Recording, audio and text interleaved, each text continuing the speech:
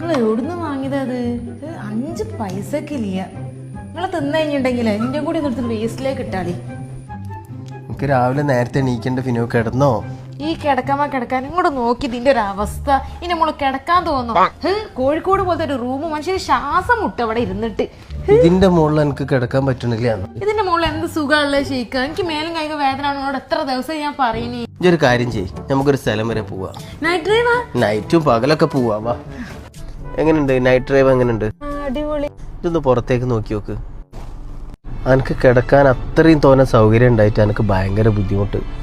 ഒരവസ്ഥ ഒന്ന് ശരിക്കും ആലോചിച്ച് നോക്ക്. നമ്മൾ കോഴിക്കോട് ബീച്ചിലും ബസ് സ്റ്റാൻഡിലൊക്കെ ഒരു ദിവസം രാത്രി ഒന്ന് ഇപ്പോൾ ഇതുപോലെ വന്ന് നോക്കിയാൽ മതി. ആ കാഴ്ച കണ്ടാൽ നമുക്ക് മനസ്സിലാവും നമ്മളൊക്കെ എത്ര ഭാഗ്യവന്മാരാണെന്നുള്ളത്. ഒരു നേരത്തെ ഭക്ഷണത്തിന് പോലും മറ്റുള്ളവരുടെ മുമ്പിൽ കൈനീട്ടുക എന്ന് പറഞ്ഞാൽ ഫിനു, ആ ഒരു അവസ്ഥ ആർക്കും വരാതിരിക്കട്ടത്. അപ്പോൾ ഇതുപോലുള്ള ആൾക്കാരെ താമസിപ്പിക്കാനും ഓരോ കാര്യങ്ങളൊക്കെ നോക്കാനും വേണ്ടിയിട്ട് ജനം ചാരിറ്റബിൾ ട്രസ്റ്റ് ഒരു റിഹാബിലേഷൻ സെൻറ്റർ ഉണ്ടാക്കുന്നുണ്ട്. അപ്പോൾ അതിലേക്ക് നിങ്ങളെല്ലാവരും ഒരു 50 രൂപ വെച്ച് ഈ കാണുന്ന QR കോഡിലേക്ക് അയച്ചു കൊടുത്താൽ ഓൽക്കും നിങ്ങളെപ്പോലെ നല്ല സുഖമായിട്ട് സുരക്ഷയോടുകൂടി ഉറങ്ങാൻ പറ്റും. കൂടാതെ ഈ QR കോഡ് വഴി നിങ്ങളൊരു 50 രൂപ അയക്കുമ്പോൾ നിങ്ങളെ നമ്പർ ഓട്ടോമാറ്റിക്കലായിട്ട് ഒരു നറുക്കെടുപ്പിലേക്ക് ആഡാവും. ആ നറുക്കെടുപ്പിൽ വിജയിക്കുന്ന ഒരാൾക്ക് ഒരു കൊച്ചു വീട് സമ്മാനമായിട്ട് കിട്ടുകയും ചെയ്യും. അപ്പോൾ ഒരു 50 രൂപ അയച്ചുകൂടെ?